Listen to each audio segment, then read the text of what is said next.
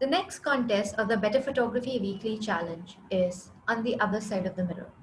Our mentor and judge is Zahra Amiruddin. Zahra Amiruddin is an independent writer, photographer, and educator based in Bombay. After studying photography, art history, and theatre at the Egan Centre for the Fine Arts in Paros, Greece, she worked and contributed to various publications such as the Condé Nast Traveller India, the National Geographic Traveller India, Time Out India, The Hindu, First Post, Elle, Scroll, and Soup, amongst others. Apart from teaching photography workshops at colleges and cultural festivals, her main areas of interest include art, history, astronomy, personal narratives, and family histories.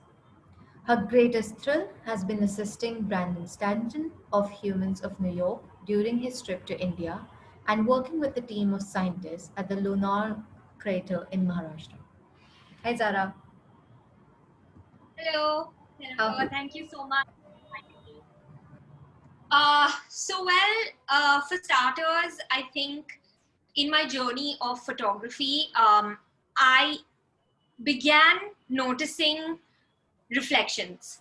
And I feel like this is something that usually a lot of photographers begin with, because it is a completely different way of seeing. It's a different way of noticing things that are in front of you, but in a slightly different manner. So it's sort of like taking a reality and transforming it into something surreal. This image is something that I made in 2016 at a time that I think I was still grappling with the medium of photography and try to understand, my style and, what it is in photography that I really enjoy. And I think I had taken a solo trip to my grandparents' home in Hyderabad. They weren't around, they were in Bombay. And I had the house to myself and I saw this reflective surface. And so I began experimenting. And I think that is the number one thing that I would tell any photographer is experiment. Um, this is actually unconnected in a way to reflections and still oddly connected. So, following the experimentation process, I think there are a few things that we need to keep in mind while making pictures. And I think that is being inspired. And being inspired by not only the visual medium and not only photography, but I think writing also plays a really big part, at least in my life. I started off as a writer and then became a photographer.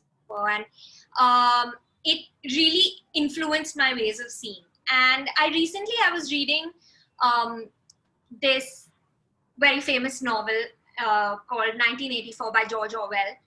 And, it's a very heavy novel, but, this passage, it really stood out for me because he talks about how life exists within a glass and within a sphere.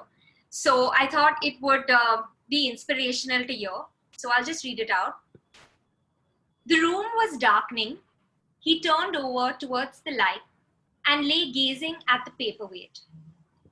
The inexhaustibly interesting thing was not the fragment of the coral, but the interior of the glass itself.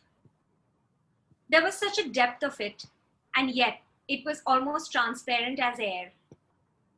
It was as though the surface of the glass had been the arc of the sky, enclosing a tiny world with its atmosphere complete. He had the feeling that he could get inside it, and that in fact, he was inside it, along with the mahogany bed and gate-like table, and the clock, and the steel engraving, and the paperweight itself. The paperweight was the room he was in, and the coral was Julia's life and his own, fixed in a sort of eternity at the heart of the crystal. And I think this was a very visual piece. At that point of time, in front of me, I could see shadows and glinting through the glass and creating this entire visual of a room in front of me. And I think that's why it kind of led me to discovering this image that is on one of my favorite pages on Instagram called the Alipur Post, and it's run by Rohini Kejriwal. And it kind of made me realize that with something like reflections, and especially with a medium like photography, reflections can, or rather reflection can be both literal and figurative. You know, you have your literal reflections in front of you that you're making photographs of, but at the end of the day, what is an image, and what is art, and what is writing, and what is any painting or any sort of expression, it eventually is an invert reflection of yourself. I think that's also something to keep in mind while making images, is be true to yourself and the kind of reflection that you'd like to project onto your images. These are few images, because I mentioned the part of surrealism and reflections, the fact that a world exists in front of you, and how do you make that world your own? How do you make a scene your own? And these are two examples of images. The one on the left is something that I made in Paros, Greece, while I was studying there, and the one on the right is in Srinagar in Kashmir. And water plays a really important role in a lot of reflective surfaces. I find that it's also great to play around with water, because water is so unpredictable. It's such an unpredictable medium. You don't know what is going to happen the next minute. A ripple, throws itself through your frame. This is another image that I made in Kashmir. And I think the otherworldliness kind of came upon this image only because of its reflection. Had the reflection not been a part of this image, it would have just been something beautiful that you see along the way, but I think it was the reflection in the water that kind of firstly caught my eye and made me want to make this photograph.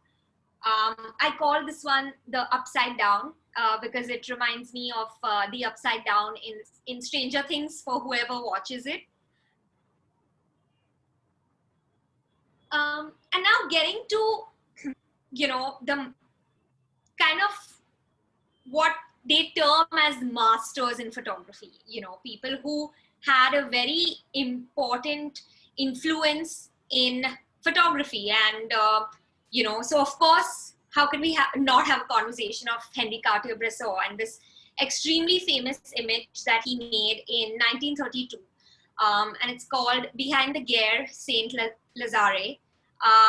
And eventually he, what is the decisive moment? He coined the term as when everything comes together for you in the frame, where every fleeting moment is captured in one singular still moment. It's termed as the decisive moment. And this image, the reflective surface in this image adds drama to the fact that this man was jumping and he was in motion. Also the fact that he's in the air and there are no splashes of water. And to attain such a sort of skill over the art form with a film camera at that point of time, I think, really made this image, something that I really admire. Because even now, to make such an image with, a digital camera or a phone, you might just catch a single spray of water, So the fact that Bresson managed to encapsulate this frozen in time. And this was a part of the Times 100 most influential photographs in 2015. And this is just something that the author wrote, that speed and instinct were at the heart of Henri Cartier-Bresson's brilliance as a photographer. And never did he combine the two better than on the day in 1932 when he pointed his Leica camera through a fence behind Paris Saint Lazare train station. The resulting image is a masterpiece of form and light. The image would become the quintessential example of Cartier-Bressot's decisive moment, his lyrical term for the ability to immortalize a fleeting scene on film. It was a fast, mobile, detail-obsessed style that would help chart the course for all modern photography. So this is an image that was made on the Apollo 11 mission, which was the first mission, successful moon landing. And it's an image made by Neil Armstrong of his co-astronaut Buzz Aldrin. And it, you know, the reason I've chosen this image is because even on the moon, even on, you know, a place other than Earth, how would you make an image interesting? And Armstrong chose to use reflections. And I just want to read a little bit from this article that was published in The Guardian, where, you know, they talk about this image. It's written by Jonathan Jones in 2019. And he says, his name was Neil Armstrong, and his astonishing act of creativity is a photograph of his Apollo 11 crewmate, Buzz Aldrin, standing on the Sea of Tranquility on the moon. The Sea of Tranquility, for the people who don't know, is the spot on the moon that they landed. Not that you can see Aldrin's face. His features and flesh are hidden inside a thickly padded white spacesuit, its visor reflecting the tiny figure of Armstrong himself beside the gold-colored legs of the lunar landing. So you can also see the lander in the frame. These reflective qualities are part of what makes this such a powerful, complex image, one in which we can see two lunar horizons. Behind Aldrin, the moon's bright surface recedes to a blue horizon against the black void of space. Meanwhile, reflected and warped by the helmet, the other horizon stretches away behind Armstrong. The photographer has incorporated the making of the image into the image to tell the story of something new in the universe. Two human beings looking at each other across the dusty surface of an alien world. And what really stood out to me in this was the fact that it says making of the image into the image, which is what reflections do. Then, you know, Vivian Maier has been a huge influence in my life. And, you know, for the people who are not familiar with her work, she is very celebrated because she made almost 150,000 photographs through her life, which were then discovered only after her death. And these were images from, you know, ranging from like the early 1950s, until the 1970s. And she was actually a nanny who, you know, mainly nannied in Chicago. And eventually her work was discovered by a collector called John Maloof. And there's a beautiful documentary about it called Finding Vivian Maier. So I'd highly recommend watching it. And Vivian Maier was quite a character as you know, you would notice in the documentary. She, you know, took on various names. She changed her accents. She, you know, she traveled by herself. She was extremely reclusive. She chose to stay by herself on most occasions. But still, it was the form of self-portraiture that Maier chose in her work. That is, again, a sort of reflection of yourself. I think that is the best part about photography is, you know, as I mentioned earlier, reflecting over yourself. So I just want to, I'm just going to stop sharing my screen and go on to some of her work. So this is just wanted to go through a few of her portraits. That this is something that she made in 1954, and she was using medium format cameras at that point of time, which kind of also enabled her way of seeing as from here as opposed to here, which is what we are all used to seeing. So she would frame looking at the scene in front of her from the middle as opposed to from the top. And she ended up making a bunch of self-portraits because of that very reason. She found herself in various reflective surfaces.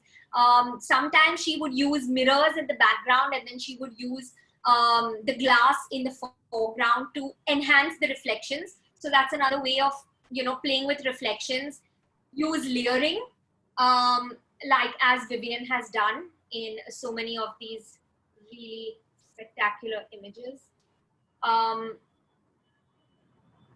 And they're really just stark examples of, here in this, she's used both shadow and reflection. So that's another way to experiment with the different elements of photography, using shadow as well as reflection.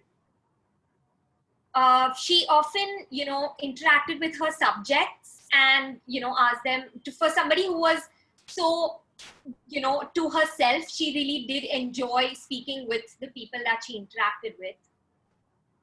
This is just a few of some of her work. And this is kind of a decisive moment meets Vivian Maier, the fact that she had a little kitten in her frame. So yeah, you can check out more of her work on her website, which is vivianmaier.com. So that is just a little bit about Vivian Maier and her work. Coming closer to home, we have Suni Taraporwala's Home in the City. And, this is her work from 1977 to 2017. And I just wanted to read out this little excerpt that she has spoken about in an Indian Express article. And Home in the City was an exhibition that happened in the city in 2017. And this is what she says about it. The article is written by Pooja Pillai, and it reads, "It was a bright day and a crowd had gathered on Marine Drive to watch an air show put on by the Navy. Suni Taraporwala was leaning out of the window of a friend's apartment in one of the Art Deco buildings that skirt the promenade and looking down at the swarm of people. Next to her was her friend's young son. When he turned to gaze into the camera, Taraporwala got her shot of the day." And so I think like this is just her noticing, looking at some completely different scene that was going on the promenade, and then it was a reflection that caught her eye, and she decided to make this image. And I think that her images of Bombay are so much a mirror of her own work, and this image encapsulates that. Then I just wanted to share some stills from Alfonso Cuarón's film Roma that I think everybody should definitely watch. It's on Netflix. And he uses reflections really, really beautifully in the film. These are just a few screenshots that I made through his film. He uses layering, he uses the various light. As you can see on the right hand side of the frame, he's used like the reflection of jars, but he's also used the highlights and shadows in the foreground of the frame that are coming through the through the window.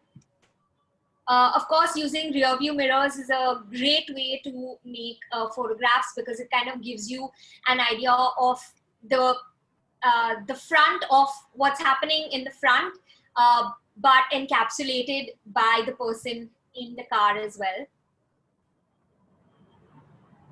And of course, again, this is just a play on water and the decisive moment where he managed to capture a plane flying through the sky at that very moment. Now getting to, photographers who I really admire on Instagram, whose work really blows me away, and I subconsciously don't realize that I tend towards their work because they use a lot of reflection, and hence it becomes surreal and dreamy. So this is an image by Khurshid Dabu, and she's used water to and the play of light to essentially bring out the surrealism in the image. This is by one of my favorite photographers, Ali Mones Naqvi, and the way that he's used textures of the frosted glass, as you can see on the right, as well as what you can see on the left, which is he's used the light indoors and the reflective surface of the sort of glow of the day on of the outdoors in the same image, and he's achieved that through glass. This is by a dear friend Gareth Phillips, whose work has a lot of swans. If you go through his work and his Instagram handle, you'll see that he's made a lot of images of birds, and I think one of it, it just brings out what I mentioned earlier about the surrealism in the frame. Just the gracefulness of the creature comes across better because the neck sort of looks more elongated because of the reflections. This is an image by Giorgio Pinkersoff, who was introduced to me by my mentor, Tejal Pandey, who incidentally was also a better photography mentor. And so Giorgio's work has always been an inspiration because he plays with light so beautifully. He plays with light and reflections both. So I think that's a winning combination, playing with both reflections and light. Again, this is by somebody who I absolutely admire, Maggie Staber, and this is her ways of seeing are often very fairy tale-esque, and I think she uses a lot of water and reflective surfaces to enhance that. I found this really interesting because she made this image during the coronavirus pandemic, and it was her way of showing how the virus keeps people apart. So playing around with reflections to further your story. This is by Rebecca Norris Webb, another great inspiration, and how she's used the layering of reflections as well as the things that appear in her foreground to make these images.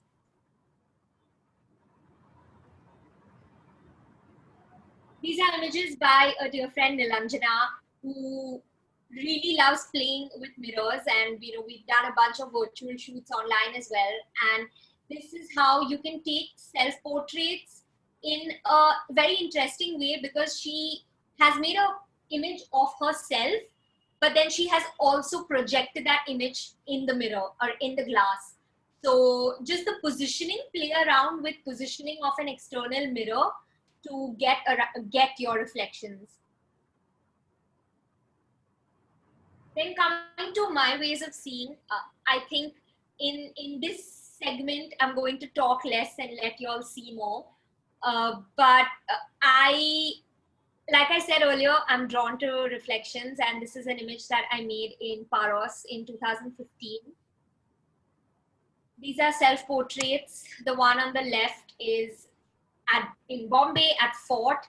I just came across this mirror on the side of the road, and it looked rather Snow White-esque in a way. And the image on the right is an image that I made in Paros. I used the textures of the sky to enhance the reflection of myself in the car window. It was basically a car window that I was passing. So textures are also important. These are a set of images I actually just made yesterday, because after I was doing research for this presentation, I suddenly got very inspired to play around with a prism, essentially. And so through the prism, I projected light through the prism, and then I kind of played around and discovered, what happens with the light. So these are just few images that I made using the prism and using reflections of light. Again, this is just positioning of the mirror.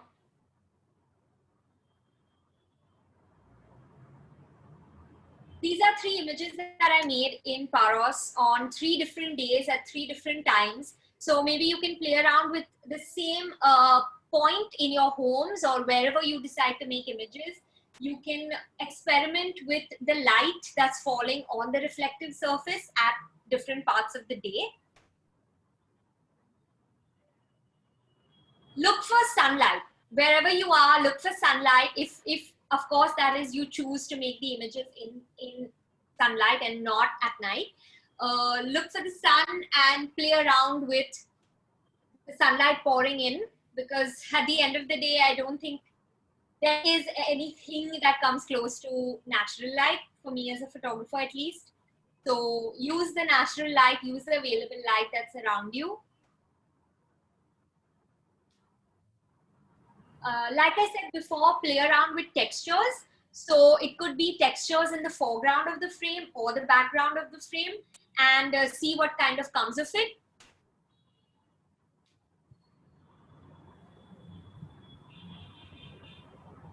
And most importantly, like anything in photography and anything with any sort of art form, wait.